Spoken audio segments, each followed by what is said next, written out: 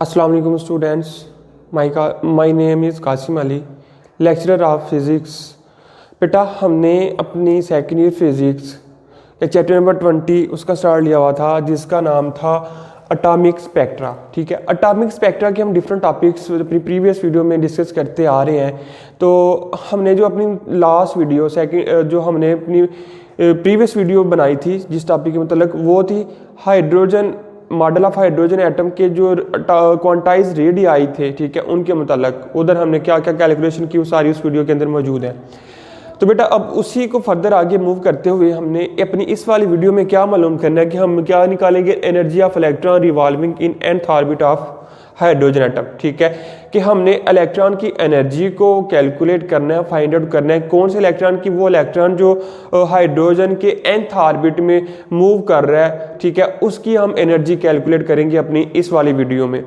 ठीक है, तो इसके एक्सप्रेशन के लिए हम देखते हैं कि क्या करना है। हमने चलते हैं हम अपने टॉपिक की तरफ। कहते हैं कि अगर आप मालूम करना चाहते हैं टोटल एनर्जी हमने निकाली, तो इधर एनर्जी है एक इलेक्ट्रॉन की जो कि रिवॉल्व कर रहा है nth orbit of hydrogen atom के। तो अगर हम टोटल एनर्जी की बात करें बेटा, अगर हम टोटल एनर्जी की बात करें तो टोटल एनर्जी में कहते हैं टोटल एनर्जी किसके बराबर होगी।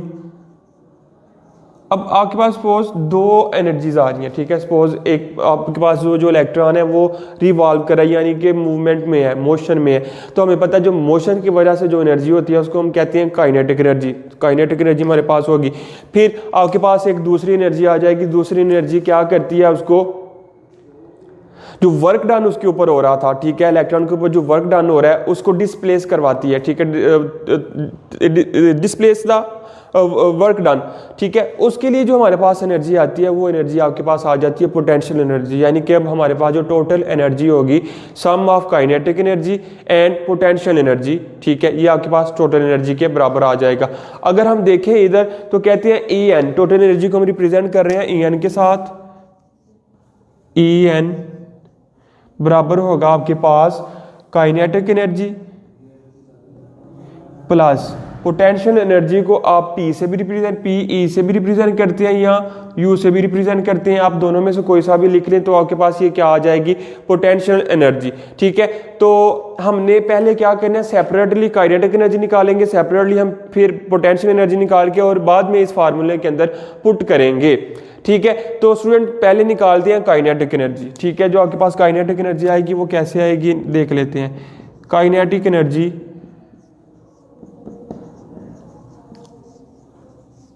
ठीक है, काइनेटिक एनर्जी अगर आप निकालें तो काइनेटिक एनर्जी हमें पता है बराबर होती है 1/2 K इज इक्वल KE, या काइनेटिक एनर्जी बराबर होती है 1/2 mv² के। तो आप क्या लिखेंगे, kinetic energy is equal to 1/2 mv का स्क्वायर। ये आपके पास आ गई किसका फार्मूला, किसकी एनर्जी आ गई, काइनेटिक। चूंकि हम बात कर रहे थे nth ऑर्बिट की, तो हमारे पास क्या आ जाएगा, Vn।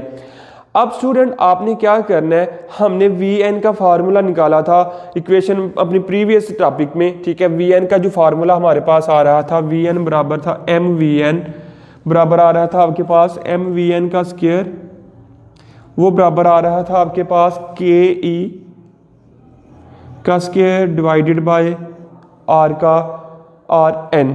ठीक है स्टूडेंट, ये कैसे आया था, जो हमने निकाला था कूलम्स फोर्स के मुताबिक जो हमने अपना एक्सप्रेशन ड्रा किया था उसमें ये वैल्यू हमने निकाली थी। ठीक है, mv के बराबर आ रहा था kinetic energy is equal to Rn के बराबर।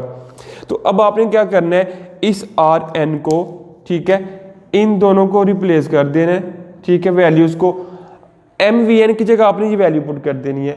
mvn के जगह अगर आप ये वैल्यू पुट करेंगे तो आपके पास जो काइनेटिक एनर्जी है वो बन जाएगी kinetic energy is equal to m1/2 as it is. ठीक है, साथ में आपके क्या आ जाएगा, आप KE का स्क्वायर डिवाइडेड बाय Rn। अगर हम इसको इकट्ठा ही लिख लें सारे को, तो सारे का सारा इकट्ठा आपके पास किस फॉर्म में आ जाएगा, एक ही इक्वेशन में लिख लें तो आपके पास आ जाएगा KE का स्क्वायर डिवाइडेड बाय 2Rn। ठीक है, 2Rn, ये आपके पास आ जाएगा फार्मूला। ठीक है, आप इसको कह लें इधर इक्वेशन नंबर 1। ठीक है, इस कैलकुलेशन के अंदर क्योंकि हम ये सेपरेटली डिवाइस स्टार्ट की हुई है हमने ये वाली कैलकुलेशन, तो इस कैलकुलेशन के अंदर आप इसको हमने कह लिया टू इक्वेशन नंबर 1। अब ये थी हमारे पास काइनेटिक एनर्जी। अब हम कैलकुलेट करना चाह रहे हैं अपनी पोटेंशियल एनर्जी। तो पोटेंशियल एनर्जी कैसे कैलकुलेट करेंगे हम वो भी देख लेते हैं। पोटेंशियल एनर्जी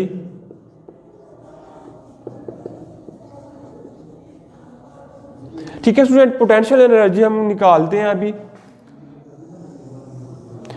कहते हैं जो पोटेंशियल एनर्जी है वो किसके बराबर आती है। The potential energy may be expressed as the work done for displacing the electron, कि इलेक्ट्रॉन को डिस्प्लेस करने के लिए जो वर्क डन किया जाता है उसको हम क्या कहते हैं, आपके पास वो पोटेंशियल एनर्जी आ जाती है। तो पोटेंशियल एनर्जी बराबर होती है U is equal to minus q del V, U is equal to minus q और साथ आ जाता है आपके पास डेल वी। अब आपने क्या करना है, चूंकि हमारे पास अब इधर चार्ज ऑफ इलेक्ट्रॉन है, तो हम क्या करेंगे क्यू की जगह क्या पुट कर देंगे माइनस ई डेल वी। अब ये आपके पास बन जाएगा क्या, डेल वी हमने वी का फार्मूला निकाला था एक, ठीक है, अगर आपको याद हो तो वी के लिए हमने फार्मूला निकाला था, वो क्या आ रहा था आपके पास आ जाएगा माइनस ई, ठीक है। डेल वी की जगह आपने जो फार्मूला निकाला था K E simple divided by R N, ये आपके पास फार्मूला बन गया काइनेटिक एनर्जी, और ये बन गया आपके पास पोटेंशियल एनर्जी। इसको कह लें इक्वेशन नंबर 2, ठीक है स्टूडेंट्स। ये आपके पास आ गई काइनेटिक एनर्जी ये वाली, और ये वाली आपके पास आ गई पोटेंशियल एनर्जी, ठीक है। दोनों एनर्जी को अब आपने क्या करना है, टोटल एनर्जी में पुट कर देना है। तो इधर क्या लिखेंगे, टोटल एनर्जी क्या आ जाएगी आपके पास, टोटल एनर्जी,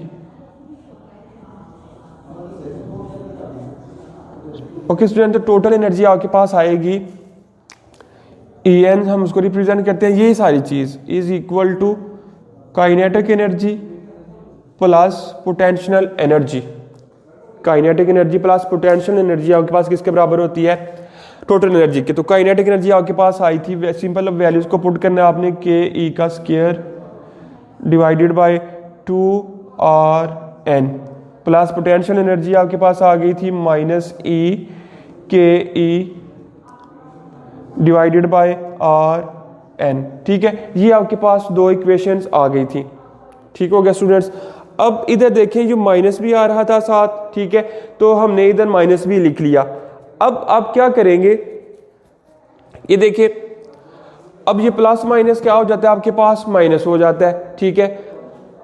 आपके पास जो आंसर बनेगा एनर्जी का, टोटल एनर्जी का, एक स्टेप में बढ़ाने लगा हूं इसमें, के ई का square divided bye 2r n, plus minus आपके पास हो जाता है माइनस, ठीक है, प्लस माइनस हो जाता है माइनस, और साथ आ जाता है के E divided by R N, के E divided by R N.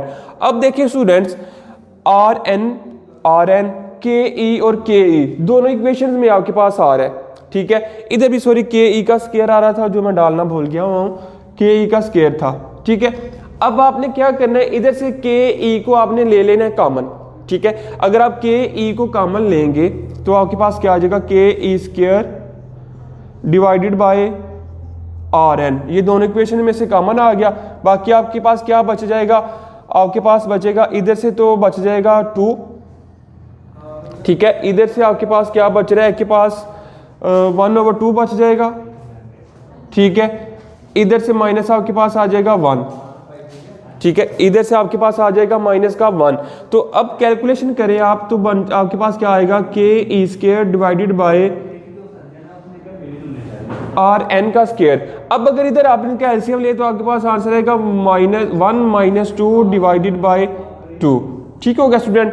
अब अगर इसको हल करें तो के ई का square divided by R N, इधर स्क्वायर नहीं आ रहा, आपके पास आ जाएगा इंटू -1/2, यानी कि आपके पास जो फाइनल आंसर बनेगा ई एन का वो क्या बन जाएगा, E N is equal to minus K E का square divided bye 2r n, ठीक हो गया। ये आपके पास आंसर आ जाएगा माइनस के ई का square divided bye 2r n। तो आपके पास ये आ गया टोटल एनर्जी का आंसर। अब स्टूडेंट हमें पता है, हमने अपने प्रीवियस टॉपिक के अंदर प्रीवियस वीडियो में आर एन की वैल्यूज को कैलकुलेट किया था। अब आपने क्या करना है, इसकी जगह Rn की वैल्यू को पुट कर देना है। ठीक है, Rn की जगह आपने Rn की वैल्यू पुट करनी है, जो कि आपको पता था वो बराबर थी Rn is equal to n का स्क्वायर h का स्क्वायर डिवाइडेड बाय 2 पाई का स्क्वायर m इंटू के ई का स्क्वायर। ठीक है, इंटू के ई का स्क्वायर। ठीक हो गया, 4 पाई, सॉरी इधर 4 पाई आ रहा था, चूंकि स्क्वायर ओपन किया था तो इधर 2 का 4 बन गया था। अब आपने ये वाली Rn की वैल्यू इधर पुट करनी है, माइनस के ई का square divided by 2 as it is, और साथ n का स्क्वायर h का स्क्वायर डिवाइडेड बाय 4 पाई का स्क्वायर m के ई का स्क्वायर। ठीक हो गया। अब थोड़ी सी कटिंग हो रही है इसके अंदर से, आप वो कटिंग परफॉर्म करवाएं। ठीक है, तो कटिंग परफॉर्म करवाने के बाद क्या होगा, आपके पास जो आंसर बनेगा, ठीक है, अब देखिए इधर से 2 इस 4 के साथ काट के 2 रह गया, सही हो गया। अब ये वाली जो नीचे वाली वैल्यू थी वो सारी की सारी क्या होंगी, ऊपर चली जाएंगी। अब देखें माइनस वो एज इट इज रहा, के ई एज इट इज, और साथ ये सारी नीचे वाली वैल्यूज ऊपर चली जाएंगी। 2 पाई का स्क्वायर एम के ई का स्क्वायर डिवाइडेड बाय, अब एन का स्क्वायर और एच का स्क्वायर इधर बाकी रहेगी। एन का स्क्वायर और एच का स्क्वायर आपके पास इधर सेव रह गए। ठीक है, अब आपने क्या करना है, इनको देखिए मल्टीप्लाई कर दे दोनों को, तो माइनस के, ये वाला के और ये वाला के मिलकर के का स्क्वायर, ये वाला ई का स्क्वायर और ये वाला ई का स्क्वायर मिलकर ई का 4, फिर आगे 2 पाई स्क्वायर आपके पास आ जाएगा। तो मैं ऐसे करता हूँ, थोड़ा सा अरेंज करके इसको लिख देता हूँ। ठीक है, अरेंज करके लिखूँ तो आपके पास 2 पाई पहले आता है, 2 पाई का स्क्वायर आपके पास, फिर के का स्क्वायर इंटू ई की 4 डिवाइडेड बाय एन एच का, एन का स्क्वायर और एच का स्क्वायर। ये आपके पास आंसर आ रहा है किसका, टोटल एनर्जी का। ठीक हो गया स्टूडेंट्स, ये आपके पास टोटल एनर्जी का आंसर आ गया। फिर कहते हैं कि अगर हम एन को इधर से थोड़ा सा सेपरेट कर दे, ठीक है, आपके पास आ जाएगा 1/n स्क्वायर। तो ये जो टर्म आ रही है सारी की सारी ये बराबर होती है, कहते हैं ई नॉट के। किसके बराबर आती है, ये सारी टर्म बराबर आ जाती है ई नॉट के। तो आपके पास ई एन किसके बराबर आएगा, E N is equal to E nought divided by N का स्क्वायर। ओके स्टूडेंट्स, ये आपके पास अब फाइनल एनर्जी का आंसर बना है। अब आपने क्या करना है कि इधर ई नॉट की जगह थोड़ा सा रीअरेंज करके इसको फार्मूले को बनाएं। ए नॉट की वैल्यू आपने अब निकाल लेनी है। ठीक है, तो वैल्यू कैसे निकालेंगे, मुझे ये वाला पोर्शन अब रेज करना पड़ेगा। तो वैल्यू निकाल लेते हैं हम।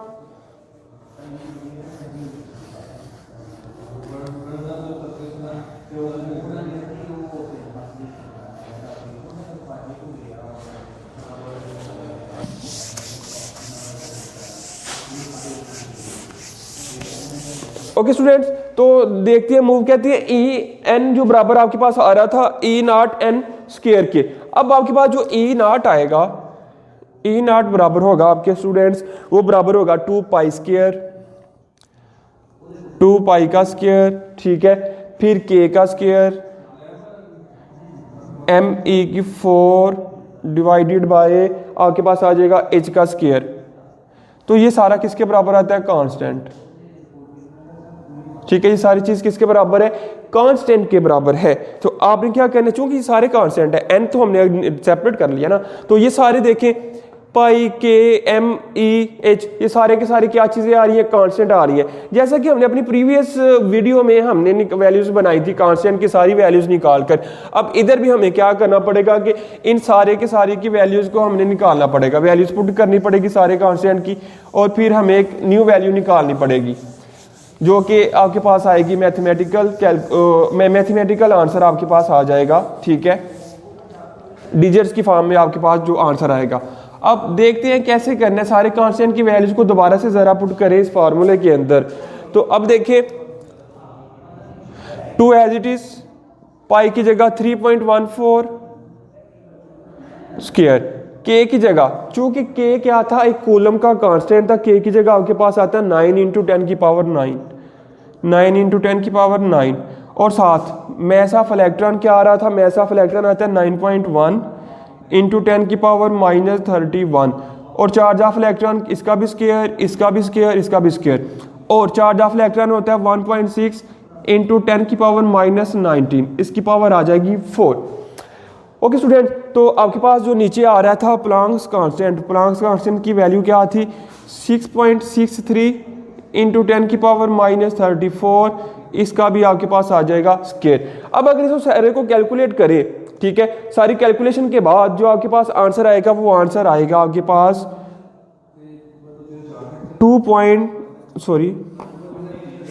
आपके पास जो आंसर आएगा वो आएगा 2.17 इंटू 10 की पावर -18 जूल। ठीक है, ये आपके पास आंसर आ जाएगा। अब जूल आंसर आ रहा है एनर्जी का जूल में, तो हमें पता है स्टूडेंट, हम पीछे जो हमने लास्ट चैप्टर के न्यूमेरिकल्स किए थे उधर हमने एक बार बात को परफॉर्म करवाया था कि जो आपके पास एनर्जी आती है वो जूल में, उसको आपने इलेक्ट्रॉन या पॉजिट्रॉन के लिए आपने जूल में नहीं रहने देना, बल्कि क्या करना है, उसको जूल की बजाय इलेक्ट्रॉन वोल्ट में कन्वर्ट करना है। तो इलेक्ट्रॉन वोल्ट में कन्वर्ट करने की बजाय आप क्या करते हैं कि जो आपके पास 1 इलेक्ट्रॉन वोल्ट है वो बराबर होता है 1.6 इंटू 10 की पावर -19 10 की पावर 1.6 इंटू 10 की पावर -19 इलेक्ट्रॉन वोल्ट के, ठीक है, 19 जूल के। अब इधर आपने क्या करना है, जूल की जगह ये वैल्यू पुट कर दे 2.17 इंटू 10 की पावर -18 डिवाइडेड बाय 1.6 इंटू 10 की पावर -19 इलेक्ट्रॉन वोल्ट। ये आपके पास आ जाएगा इलेक्ट्रॉन वोल्ट में आंसर। अब जब आप इसको हल करेंगे, सॉल्व करेंगे सारी कैलकुलेशन, तो आपके पास जो आंसर आएगा वो आएगा 13.6 इलेक्ट्रॉन वोल्ट, और ये आपके पास आंसर आ रहा है ई नॉट का। ठीक है, ई नॉट का आंसर आ रहा था ये, तो ये आपके पास आ गया ई नॉट। ठीक है स्टूडेंट, ई नॉट को आपने कैलकुलेट कर लिया। ई नॉट की जगह आप देखें, आपने फार्मूला निकाला था, इधर साथ साथ माइनस भी आ रहा था, ये माइनस। ई नॉट का आंसर आपने इधर पुट करना है। अब ये जो आपके पास इक्वेशन आई थी लास्ट वाली, इसमें आपने क्या करना है, ई नॉट का आंसर पुट कर देना है। तो ई नॉट का आंसर देखें, आपके पास इक्वेशन थी E N is equal to E nought divided by N का स्क्वायर। वैल्यूज को पुट करें, ई नॉट आई है 13.6 डिवाइडेड बाय एन, आपके पास एन का स्क्वायर ही रहेगा, एन का स्क्वायर, और साथ आ जाएगा इलेक्ट्रॉन वोल्ट। ये आपके पास टोटल एनर्जी का आंसर आ जाएगा। ओके स्टूडेंट्स, तो फिर कहते हैं ये टोटल एनर्जी आपके पास आ गई। अब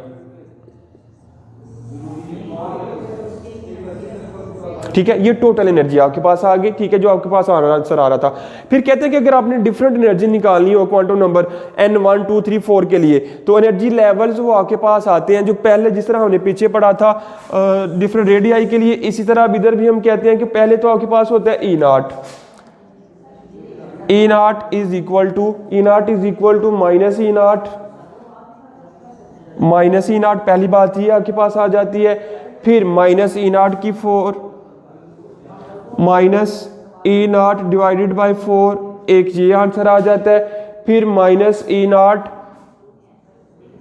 डिवाइडेड बाई 9, फिर minus E nought divided by 16। ये सारी values and up to so on आपके पास सारी की सारी वैल्यूज आ जाती है डिफरेंट एनर्जी लेवल्स के लिए। अगर हम 1 के लिए पुट करेंगे तो आपके पास ई नॉट ये आ जाएगा, 2 के लिए करेंगे तो ये, 3 के लिए करेंगे तो ये, 4 के लिए ये, एंड सो ऑन। सारे आपके पास वैल्यूज आगे मूव करती जाएंगी। ठीक है, सॉल्व आउट करते जाएंगे आप। फिर कहते हैं these are called quantised energy states. ठीक है, ये क्या कहलाती है, quantised energy states. Quantized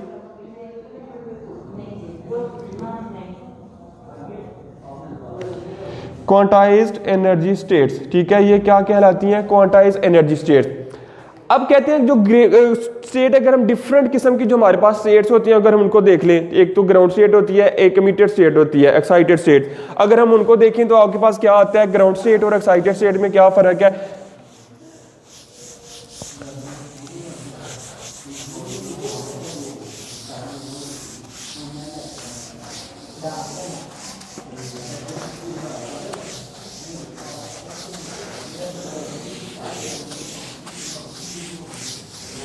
okay student, कहते हैं कि तो ग्राउंड स्टेट, अगर आपके पास स्टेट हमने पढ़ा डिफरेंट क्वांटाइज स्टेट थी, तो पहली स्टेट हमारे पास आती है ग्राउंड स्टेट। तो ग्राउंड स्टेट कौन सी होती है उसको भी देख लेते हैं। ग्राउंड स्टेट कहते हैं कि जब आपके पास इलेक्ट्रॉन अपनी लोएस्ट ऑर्बिट में हो, ठीक है, when the electron is in it's lowest energy state, ठीक है, जो when electron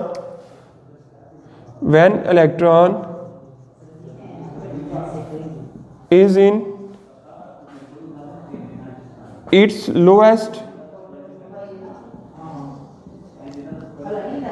lowest energy state is called ground state. ठीक है, कि जब आपके पास जो इलेक्ट्रॉन है वो अपनी लोएस्ट यानी मिनिमम उसके पास जो एनर्जी है उस स्टेट में होगा, तो उस स्टेट को हम क्या कहते हैं, ground state. When an electron is in it's lowest energy state is called ground state. फिर कहते हैं कि आपके पास जो एक्साइटेड स्टेट, एक तो ये थी ग्राउंड स्टेट, दूसरी आपके पास आती है एक्साइटेड स्टेट। दूसरी आपके पास आती है एक्साइटेड स्टेट। तो एक्साइटेड स्टेट में क्या कहते हैं कि जब आपके पास जो इलेक्ट्रॉन होता है वो अपने हायर ऑर्बिट में मौजूद हो, ठीक है, when the electron is in the higher orbits is said to be in excited state. When electron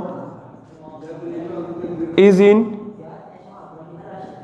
it's higher orbits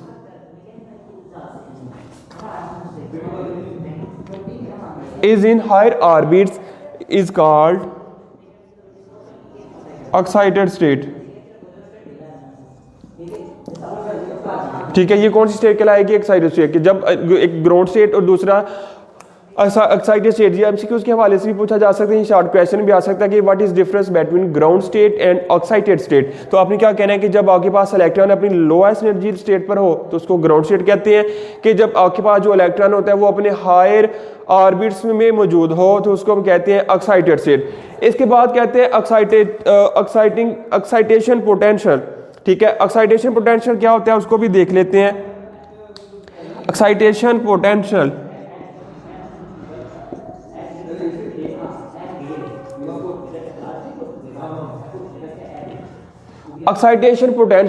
कहते हैं कि the atom may be excited by collision with some externally accelerated electrons. The potential through which an electron should be accelerated is called excitation potential.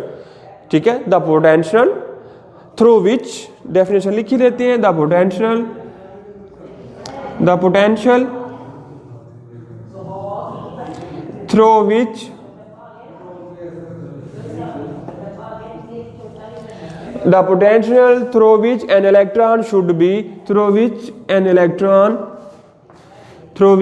an electron should be accelerated is called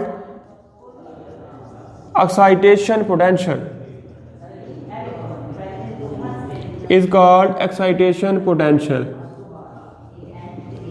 okay student, ये आपके पास है excitation potential के ऐसा potential जिसकी वजह से कि एक इलेक्ट्रॉन क्या हो, एक्सेलरेट हो जाए। ठीक है, ऐसा पोटेंशियल जिसकी वजह से एक इलेक्ट्रॉन एक्सेलरेट हो जाए उसको हम कहते हैं एक्साइटेशन पोटेंशियल।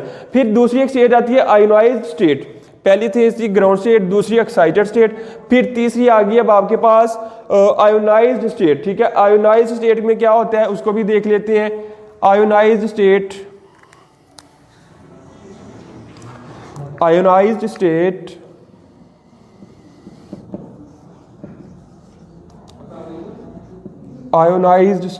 ठीक है, आयोनाइज्ड स्टेट में कहते हैं कि when the electron is isolated from the atom then atom is said to be ionised. ठीक है, when an electron is isolated from the atom, when an electron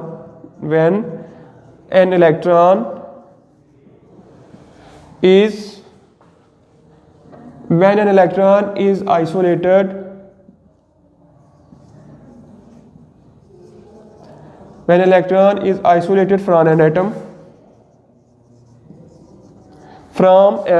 कि जब एक इलेक्ट्रॉन एटम से क्या हो, आइसोलेट हो, the atom is said to be ionized. Then the atom जो एटम होता है वो क्या कहलाता है, then atom should be ionised.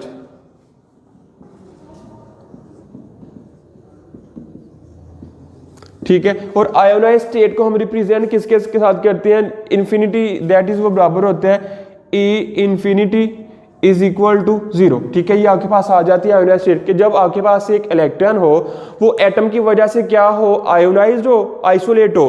ठीक है, आइसोलेट होने के बाद जो आपके पास एटम होता है जो इलेक्ट्रॉन को आइसोलेट करता है वो खुद क्या हो जाता है, आयोनाइज। उसकी जो स्टेट होती है वो कौन सी स्टेट होती है, आयोनाइज स्टेट। फिर कहते हैं कि आयोनाइजेशन पोटेंशियल, जिस तरह हमने पढ़ा था एक्साइटेड स्टेट, फिर एक्साइटेशन पोटेंशियल पढ़ा, इसी तरह हमने पढ़ा था आयोनाइज स्टेट। अब आयोनाइजेशन पोटेंशियल भी पढ़ेंगे कि आयोनाइजेशन पोटेंशियल क्या होता है। आयोनाइजेशन पोटेंशियल, आयोनाइजेशन पोटेंशियल में क्या कहते हैं कि the potential needed to lift up the electron to the infinite state, the potential needed to lift up the electron up to infinite state is called ionization potential. The potential is needed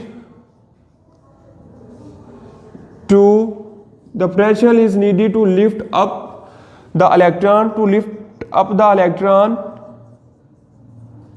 up to infinite. ठीक है, infinity तक electron को लेकर जाने में जो potential हमें चाहिए होता है उसको हम क्या कहते हैं, ionization potential. Up to infinite state is called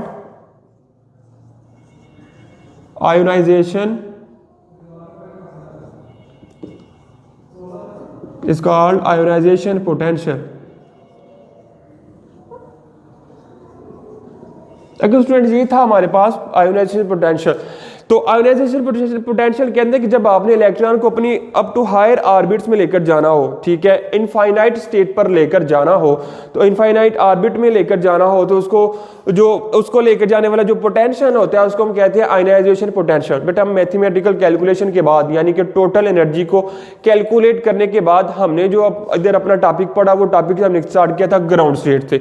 कहते हैं कि जो ग्राउंड स्टेट में एक ओवरव्यू देने लगा हूं सारे ये वाले पोर्शन का जो भी बोर्ड के ऊपर मैंने लिखा हुआ है। कहते हैं कि जब आपके पास जो इलेक्ट्रॉन है वो अपनी लोएस्ट एनर्जी लेवल पर हो, लोएस्ट एनर्जी स्टेट पर हो, तो उसको हम कहते हैं कि ग्राउंड स्टेट है। ठीक है, ग्राउंड स्टेट का फिर कहते हैं कि ग्राउंड स्टेट का पोटेंशियल कोई नहीं होता उधर। फिर नेक्स्ट जब हम मूव करते हैं कि एक आ जाती है आपके पास एक्साइटेड स्टेट, कि जब आपके पास जो इलेक्ट्रॉन होता है वो अपनी हायर ऑर्बिट्स में, अपनी हायर स्टेट में रहो। ठीक है, हायर ऑर्बिट में जब एक इलेक्ट्रॉन मौजूद हो तो तब उसके पास जो उसकी जो स्टेट होती है उसको हम कहते हैं एक्साइटेड स्टेट। फिर एक्साइटेड स्टेट के बाद एक्साइटेड पोटेंशियल भी हमने पढ़ा। ठीक है, एक्साइटेड पोटेंशियल में उन्होंने क्या कहा कि आपके पास वो पोटेंशियल जिसकी वजह से एक इलेक्ट्रॉन एक्सेलरेट हो जाए, ठीक है, ऐसा पोटेंशियल जिसकी वजह से इलेक्ट्रॉन एक्सेलरेट हो जाए उसको हम कहते हैं एक्साइटेशन पोटेंशियल। एक्साइटेशन पोटेंशियल के बाद हमने पढ़ा था आयोनाइज्ड स्टेट। आयोनाइज्ड स्टेट कहते हैं कि जब एक इलेक्ट्रॉन को कोई एटम आइसोलेट कर दे और एटम को इलेक्ट्रॉन को आइसोलेट करने के बाद इलेक्ट्रॉन खुद क्या हो जाए, आयोनाइज हो जाए, तो उसको हम कहते हैं आयोनाइजेशन स्टेट। तो ये बराबर होती है E infinity is equal to 0। फिर आयोनाइजेशन पोटेंशियल हमने पढ़ा कि वो वाला पोटेंशियल जो इलेक्ट्रॉन को इन्फिनिटी तक ले जाए। ठीक है, the potential is used to take up the electron up to infinity तक ले जाए, उस पोटेंशियल को हम क्या कहते हैं, आयोनाइजेशन पोटेंशियल। ठीक है बेटा, ये था हमारे पास टॉपिक जो मैंने लिखा था, एनर्जी हमने ड्राइव करनी थी किसकी, revolving electron revolving in nth orbit of the hydrogen atom, कि जो हाइड्रोजन एटम के nth ऑर्बिट में एक इलेक्ट्रॉन मूव कर रहा था उसकी हमने एनर्जी कैलकुलेट की। फिर उसकी हमने different states, ground state, excited state और आयोनाइजेशन स्टेट के मतलब भी पढ़ लिया। तो स्टूडेंट ये था हमारा टॉपिक आज का। ठीक है, तो मिलते हैं हम अपनी अगली वीडियो में अगले टॉपिक के साथ। तब तक के लिए मुझे इजाजत दीजिए। अल्लाह हाफिज। वीडियो पसंद आई तो लाइक करें, अपनी राय कमेंट करें। ऐसे ही मजीद वीडियोस के लिए हमारा चैनल सब्सक्राइब करें और बेल का आइकन दबाएं ताकि आपको हर वीडियो का नोटिफिकेशन मिलता रहे।